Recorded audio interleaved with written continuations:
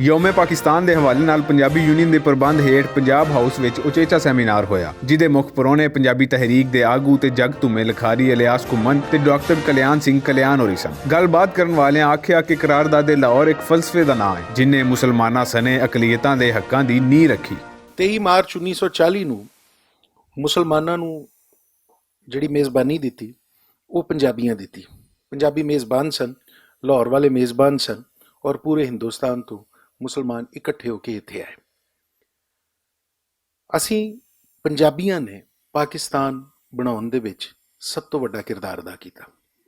ਅਸੀਂ ਆਪਣਾ ਵਤਨ ਹਾਸਲ ਕਰਨ ਲਈ ਸਭ ਤੋਂ ਜ਼ਿਆਦਾ ਕੁਰਬਾਨੀਆਂ ਦਿੱਤੀਆਂ, ਜਿਹਦਾ ਨਤੀਜਾ ਇਹ ਨਿਕਲਿਆ ਕਿ ਅੰਗਰੇਜ਼ ਨੇ ਸਾਨੂੰ ਪੰਜਾਬੀਆਂ ਨੂੰ ਸਭ ਤੋਂ ਵੱਡਾ ਜ਼ਖਮ ਪੰਜਾਬ ਵੰਡ ਕੇ ਦਿੱਤਾ। ਇਸ ਦਿਨ ਦੇ ਵਿੱਚ ਅਗਰ ਅਸੀਂ ਕਿਰਦਾਰ ਦੀ ਗੱਲ ਕੀਤੀ ਜਾਵੇ ਤਾਂ ਸਿਰਫ ਪੰਜਾਬੀ ਨਜ਼ਰ ਆਉਂਦੇ ਨੇ, ਔਰ ਪੰਜਾਬ ਦਾ ਦਿਲ ਜਿਹੜਾ ਹੁਣ ਪੂਰੇ ਪਾਕਿਸਤਾਨ ਦਾ ਦਿਲ ਹੈ, ਲਾਹੌਰ, ਉਹਨੇ ਮੇਜ਼ਬਾਨੀ ਕੀਤੀ। ਪੰਜਾਬੀਆਂ ਨੇ ਦੀ ਮੇਜ਼ਬਾਨੀ ਕੀਤੀ। ਪੰਜਾਬੀਆਂ ਨੇ ਇਸ ਦਿਨ ਵਾਸਤੇ ਬੜੀਆਂ ਕੁਰਬਾਨੀਆਂ ਦਿੱਤੀਆਂ, ਇਸ ਦਿਨ ਤੋਂ ਪਹਿਲੇ ਵੀ ਔਰ ਇਸ ਦਿਨ ਤੋਂ ਬਾਅਦ ਵੀ। ਹਿਜਰਤ ਦੇ ਦੌਰਾਨ ਲੱਖਾਂ ਲੋਕ ਸ਼ਹੀਦ ਹੋਏ, ਜਿਹੜੇ ਉਧਰੋਂ ਆਏ। ਮੇਰਾ ਤਲਕ ਵੀ ਉਧਰੋਂ, ਜਿਹੜੇ ਅਸੀਂ ਆਏ ਮਾਈਗ੍ਰੇਟ, ਮੇਰੇ ਫੋਰਫਾਦਰ ਉਧਰੋਂ ਆਏ।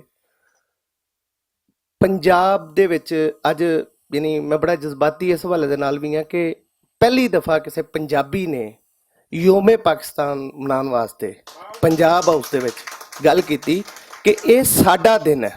ਯੋਮੇ ਪਾਕਿਸਤਾਨ, ਯੋਮੇ ਪੰਜਾਬ ਹੈ, ਇਹ ਪੰਜਾਬੀਆਂ ਦਾ ਦਿਨ ਹੈ।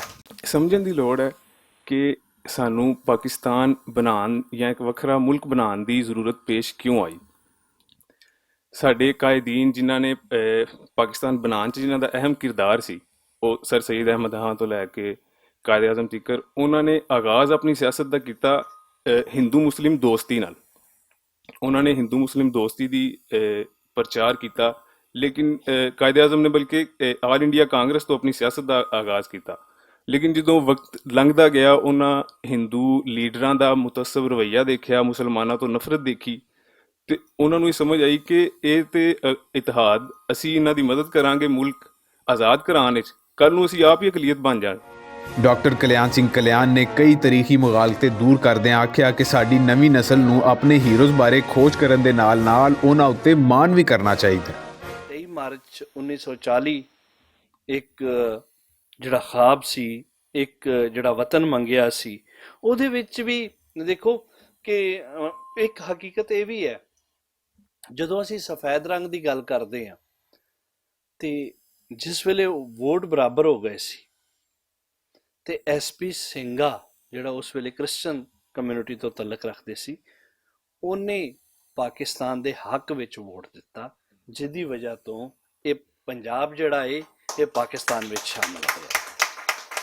ਪੰਜਾਬ ਜਿਹੜਾ ਸੀ ਐਡਾ ਵੱਡਾ ਪੰਜਾਬ ਪਾਕਿਸਤਾਨ 'ਚ ਇਸ ਕਰਕੇ ਸ਼ਾਮਲ ਹੋਇਆ ਕਿ SP ਸਿੰਘਾ ਦੀ ਵੋਟ ਦੀ ਵਜ੍ਹਾ ਤੋਂ ਸ਼ਾਮਲ ਹੋਇਆ। 3 ਕ੍ਰਿਸਚਨ ਵੋਟ ਸੀ, ਤਿੰਨਾਂ ਨੇ ਪਾਕਿਸਤਾਨ ਨੂੰ ਵੋਟ ਦਿੱਤਾ। ਸੋ ਇਹ ਇੱਕ ਹਕੀਕਤ ਹੈ। ਫਿਰ ਕਾਇਦ ਆਜ਼ਮ ਦੇ ਪਾਕਿਸਤਾਨ ਦੇ ਦੀ ਗੱਲ ਕਰੀਏ ਤੇ ਉਸ ਵੇਲੇ ਦੇਖੋ ਕਿ ਵਜ਼ੀਰ ਖਾਰਜਾ ਵੀ ਮਿਨੋਰਟੀ ਸੀ। ਉਸ ਵੇਲੇ ਜਿਹੜੀ ਮੈਂ ਜਲਦੀ ਗੱਲ ਖਤਮ ਕਰਦਾ ਕਿਉਂਕਿ ਅਜ਼ਾਨ ਦਾ ਵੇਲਾ ਵੀ ਹੋ ਚੁੱਕਿਆ ਹੈ, ਕਿ ਉਸ ਵੇਲੇ ਜਿਹੜਾ ਵਜ਼ੀਰ ਕਾਨੂੰਨ ਸੀ ਉਹ ਹਿੰਦੂ ਸੀ। ਉਸ ਵੇਲੇ ਜਿਹੜਾ ਸਪੀਕਰ ਸੀ ਉਹ ਕ੍ਰਿਸਚਨ ਸੀ। ਇਹ ਸੀ ਕਾਇਦ ਆਜ਼ਮ ਦਾ ਪਾਕਿਸਤਾਨ। ਪੰਜਾਬੀ ਤਹਿਰੀਕ ਦੇ ਮੁੱਖ ਆਗੂਆਂ ਮੁਦੱਸਰ ਇਕਬਾਲ ਬੱਟ ਤੇ ਇਲਿਆਸ ਘੁੰਮਣ ਹੋਰਾਂ ਆਖਿਆ ਕਿ ਪੰਜਾਬੀਆਂ ਪਾਕਿਸਤਾਨ ਬਣਾਉਣ ਦੀ ਤਹਿਰੀਕ ਚਲਾਈ ਤੇ ਕੁਰਬਾਨੀਆਂ ਵੀ ਦਿੱਤੀਆਂ।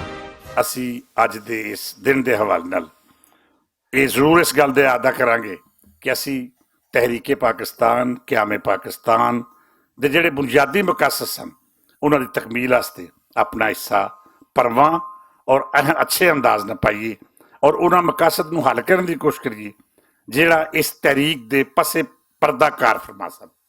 ਸੋ ਮੈਂ ਸਮਝਦਾ ਕਿ ਸਾਡੇ ਕਾਇਦੀਨ ਨੇ, ਸਾਡੇ ਅਕਾਬਰੀਨ ਨੇ ਸਾਨੂੰ ਜਿਹੜੀਆਂ ਰਾਹਾਂ ਸਾਡੇ ਵਾਸਤੇ ਮੁਤਅੱਯਨ ਕੀਤੀਆਂ, ਸਾਨੂੰ ਉਹਨਾਂ 'ਤੇ ਚੱਲ ਕੇ ਤੇ ਮੰਜ਼ਿਲ ਤੱਕ ਪਹੁੰਚਣ ਦੀ ਲੋੜ ਹੈ। ਔਰ ਇਨਸ਼ਾਅੱਲਾ ਮੈਂ ਇਹ ਸਮਝਦਾ ਕਿ ਅਸੀਂ ਕਿਸੇ ਵੀ ਸ਼ਕਲ ਵਿੱਚ ਮੰਜ਼ਿਲ ਹਾਸਲ ਕੀਤੋਂ ਬਗੈਰ ਨਹੀਂ ਰਵਾਂਗੇ। ਇਸ ਧਰਤੀ ਨਾਲ ਸਾਨੂੰ ਪਿਆਰ ਹੋਣਾ ਚਾਹੀਦਾ ਹੈ।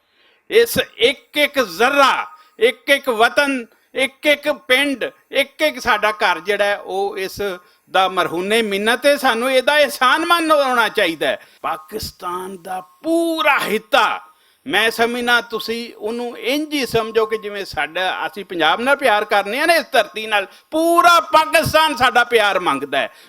ਪੰਜਾਬ ਹਾਊਸ ਵਿੱਚ ਹੋਣ ਵਾਲੇ ਇਸ ਇਕੱਠ 'ਚ ਅਜ਼ਮ ਕੀਤਾ ਗਿਆ ਕਿ ਪੰਜਾਬੀ ਕੌਮ ਆਪਣੀ ਰਿਆਸਤ ਦੀ ਬਕਾ ਤੇ ਤਰੱਕੀ ਲਈ ਭਰਵਾਂ ਕਿਰਦਾਰ ਅਦਾ ਕਰਦੀ ਰਹੇਗੀ।